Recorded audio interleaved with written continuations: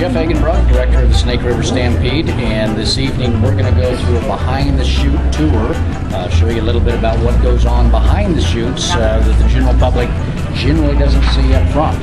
All the production, pieces, equipment, cowboys, cowgirls, horses, stock, you name it. The Idaho Center, when it was originally built, was built with agriculture events in mind, and specifically the Snake River Stampede. Snake River Stampede, we're in our 95th year this year, and we look forward to 95 more years, and most of those probably would be right here in this venue. 2 weeks a year in July, we take it over. The city works with us very well and lets us put on top 10 rodeo in the world. So the Idaho Center was built specifically for agriculture events. It is a multi-purpose facility. When it was originally built, it had a dirt floor because of the agriculture nature of the events that we were looking for. After a couple of years, we decided, or the city of NAMP, the people that run the Idaho Center decided that a concrete floor, we had more events that needed a concrete floor. So with the dirt floor, we would pack the dirt and we would put a mat on top of it. It became pretty onerous to do that for most of the events that were held in the Idaho Center. So at that point in time, they decided to go ahead and concrete the floor and then haul the dirt in for the agriculture events, rodeos, the monster trucks, the motocross, anybody that needs dirt. And it's worked very well. We'll step out far end. This is our emergency exit. So if we have a problem with an injury of a cowboy, we take him out these gates. There is an ambulance waiting on the other side of the door that our paramedics and fine physicians that have worked with us for years, they're in the best medical care that they possibly could have. Tonight we even have, and you may get a shot of this, if you walk out there, Life Flight's helicopter is actually sitting out there. Not that we anticipate using it, but we certainly want to have it available in the event we ever had a need. And in the history of the event here, again, that we're in our 13th year, we have had to use Life Flight in this location one time, and we're very happy to have them, and they did a fine job in their cowboys. Walking out onto the arena floor itself.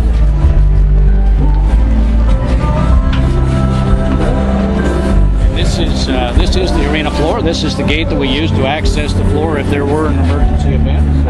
We're fine physicians. Actually, it's unique to have physicians with us here.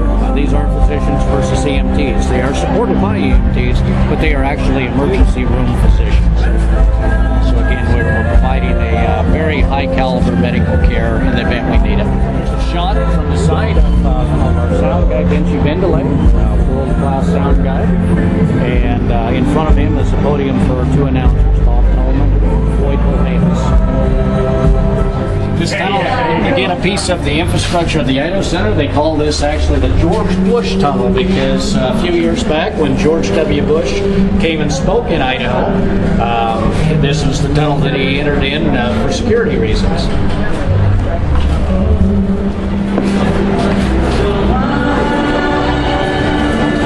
Nice to meet you, Jeff.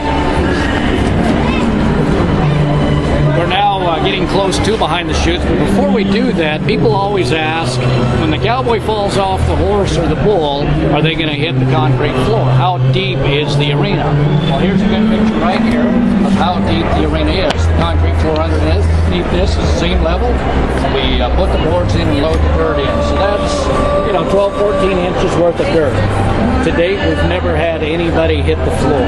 So it's worked up for the cowboys' comfort and the footing of the horses. He told me it was higher than the day that I called him before, but I'm sorry.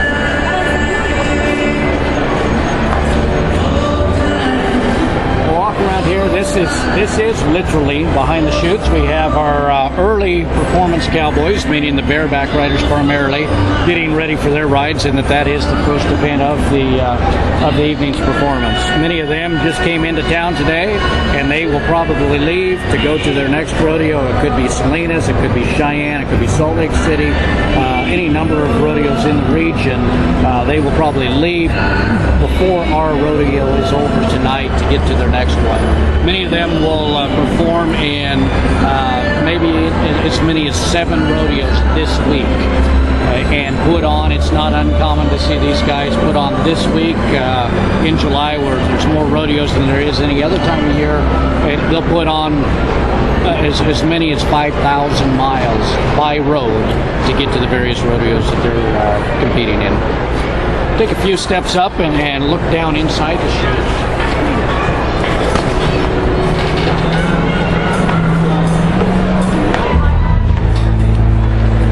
This is the view that the cowboy has. Now, clearly there would be an animal in here. In this case, we're on the right-handed chute, so the head of the animal, whether it's a horse or a bull, will be on that end. And the tail end here, they put the rigging on the animal, get the cowboy set down in, and when he's ready, he'll nod his head or typically stay outside. The gate's unlocked and away they go. Chute is probably one of the most dangerous places to be, because if a cowboy falls between the animal and the chute, they could be trampled to death, whether it's a bull or a horse. It's not that they're mean, but they're big animals and they are excited. They're performers, and when they're in this arena, they know it's time to perform. We'll go out back in just a minute and see how docile they really are. Again, they are performers. But you'll notice tonight, every cowboy, as they're getting on the animal that they're riding, there'll be somebody that probably has a hold of them either by their belt, and so if there is a problem in the chute, they can just lift them out before they fall underneath. But that is the biggest danger with regard to the chute, is slipping underneath. Okay, we'll take a walk back down here, back into the pen area, and we'll stop on the way and look at the Justin Sports Medicine Trainer.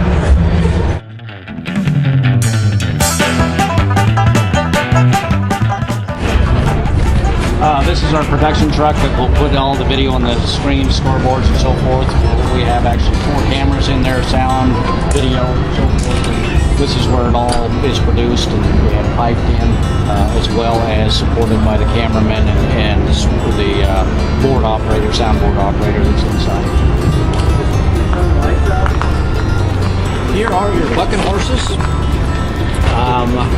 The value oftentimes is asked of the bucking horse. Survey Championship Livestock has been producing our livestock at this rodeo for over 30 years. They're out of Sterling, Colorado. They have a very large ranch with, last that I heard, I believe it was over 1,000 horses that they breed specifically to buck. Bucking horses and bulls are no different than they're bred to buck. No different than thoroughbreds are bred to run. You cannot force, under any circumstances, a horse or a bull to buck if they don't want to. And it gets back to it's in their genes. What you'll find is many of these horses here, mares, the geldings, their parents were bucking horses, and probably their grandparents were bucking horses. And oftentimes you can see this come through in the genes, that there's a particular bucking pattern that their parents or grandparents may have. Oftentimes the siblings will have that same bucking pattern. Will every colt that's born out of a bucking mare and stud buck? Not necessarily, but the better genes you have, the better opportunity you'll have a bucking horse and a good bucking horse. They live a life of luxury. They work about 8 seconds a week. The dollars, and we're talking tens and even hundreds of thousands of dollars per animal that are invested in these. People talk about abuse. You wouldn't abuse that kind of thing. You can't afford to. These are investments, and they take very good care of these animals. It's hard to say that any of these are abused. Do they look abused? Certainly don't. This is the Justin Sports Medicine trailer. This is where the majority of the cowboys will perform here. Committee people can use this. Rory Wall, world-renowned clown, gets their medical attention so they can continue to compete. Justin does this at all at no cost to the cowboy or to the committee. This is their contribution through their sales of boots and western wear back to the western lifestyle. Devin Dice is the director of the Justin Sports Medicine Athletic Training Society, and he'll tell us a little bit about what they're doing.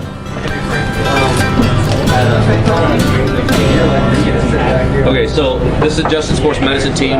We travel to approximately 150 rodeos every year.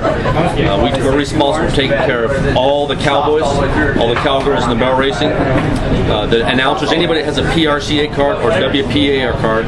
We're responsible for their medical care, whether it be a simple thing as a Band-Aid or any kind of major care, getting them to the hospital, getting them to a local doctor, whatever we need to do. We utilize local help here. We have local athletic trainers and local physicians from Boise and Nampa area that are helping us out here. So I'm the director here at this rodeo, and I do about 20 rodeos a year. So, but like I said, we'll see anywhere from, we've already seen probably a dozen people tonight. We'll see at least that many more. If we're in the arena, something bad has probably happened, and we have to take care of that. They'll either come back in this trailer for treatment, or they'll go to the hospital, one of the two. Just depends on what their injury is. So, and we're quite busy. At a rodeo, you're going to get hurt.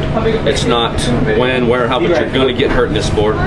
And I can tell you, everyone that's up here tonight, I've taken care of at one point or another in some sort of fashion, because they, you know, it's a rough sport, very dangerous sport.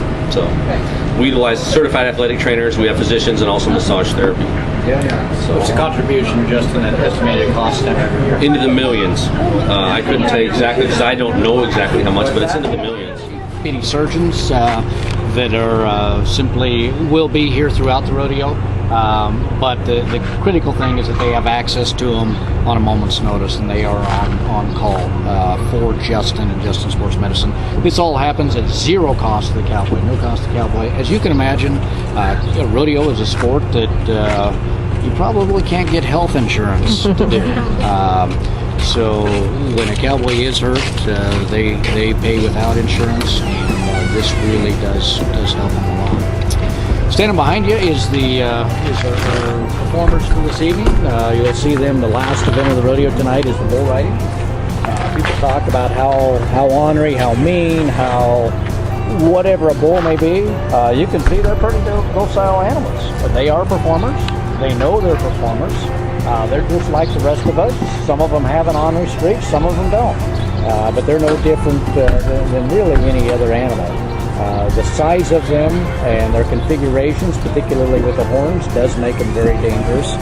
But they're not out there specifically to hurt a cowboy. They're out there to perform. They're out there to beat the cowboy. And beating the cowboy means that they are bucking the cowboy off. We've got a bull down here that's had a bit of a problem. Actually, I say that facetiously. This bull will be featured in our Wednesday night performance. Tomorrow night, they put some pink markings on him in honor of the breast cancer awareness that will be our feature rodeo tomorrow night. So even the livestock are participating. So he's ready to go. I don't know what he thinks about his pink markings. He might be a little embarrassed, a little angry. I don't know, but seems to be happy right there. These bulls we have 6 performances. Most of these bulls will only buck once the whole week that they're here. There could be an opportunity for some of them, particularly some of the better bulls, to buck more than once, but the majority of them will only buck once.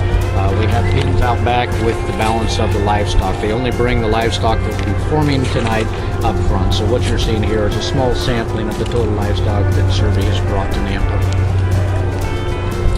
You can see they will intermingle. We have horses in the bulls, and again, just like I was mentioning earlier, some bulls and some horses are ornerier than others, and the livestock producers know which ones they are, and they don't put the animals together that would injure each other. So they're certainly capable of injuring each other, but they clearly choose not to.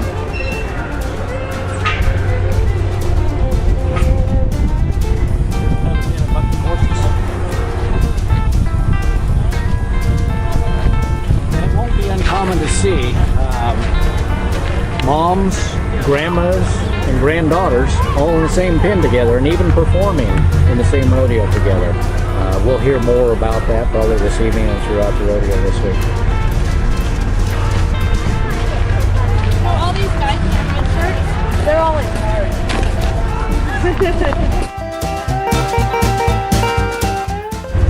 This is the main alleyway, so as you come through, just for future reference, look both ways, make sure that there aren't herd of bulls coming at you or herd of horses coming back the other way, and please make sure you close the gates when you have to go through, just so we don't have anybody escaping where they can get. Here's our rodeo queens that are getting ready to lined up and visiting royalty for our Indian. This is the staging area for the people, horses, before they enter the arena, they come in this way.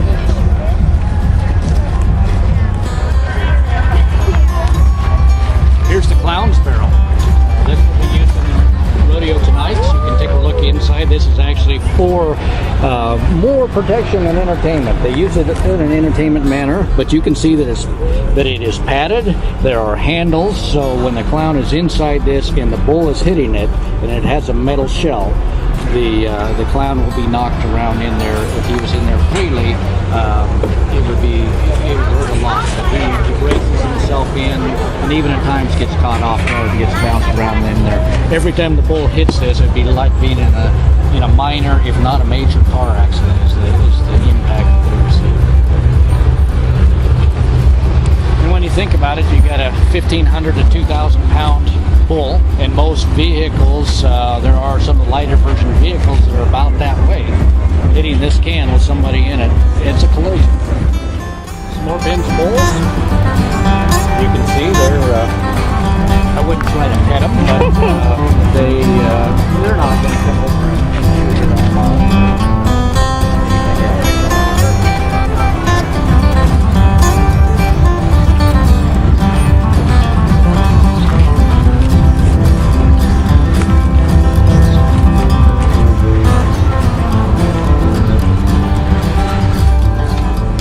Couple of moms and their colts. Colts this year.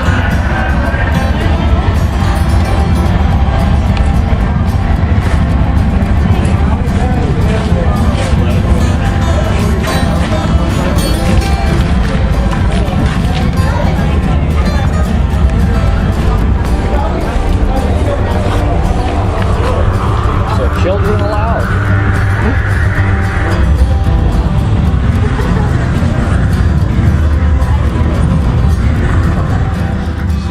Side of our bucking chutes. We have 3 on each side of the alley. This is the main alleyway that all of the stock for this side of the chute will come into. And we have an alleyway on the other side that the bucket stock on the other side will come into. The center alleyway is our grand entry alleyway, and you'll see a lot of people entering and exiting the facility through that alley.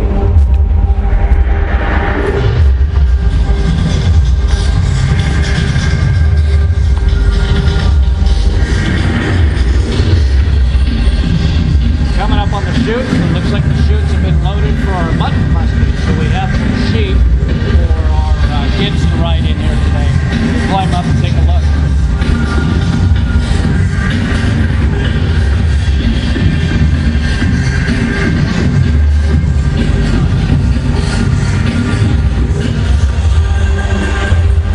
It's Buster Aguilar. I want to introduce him. How are you? It's our sheep mutton musty. Years have you been doing this? We're trying to figure that out. I think 18. 18 years. I'd say at least 18. Today, the old ring today is 13 years. Long time. Playing with a wolf.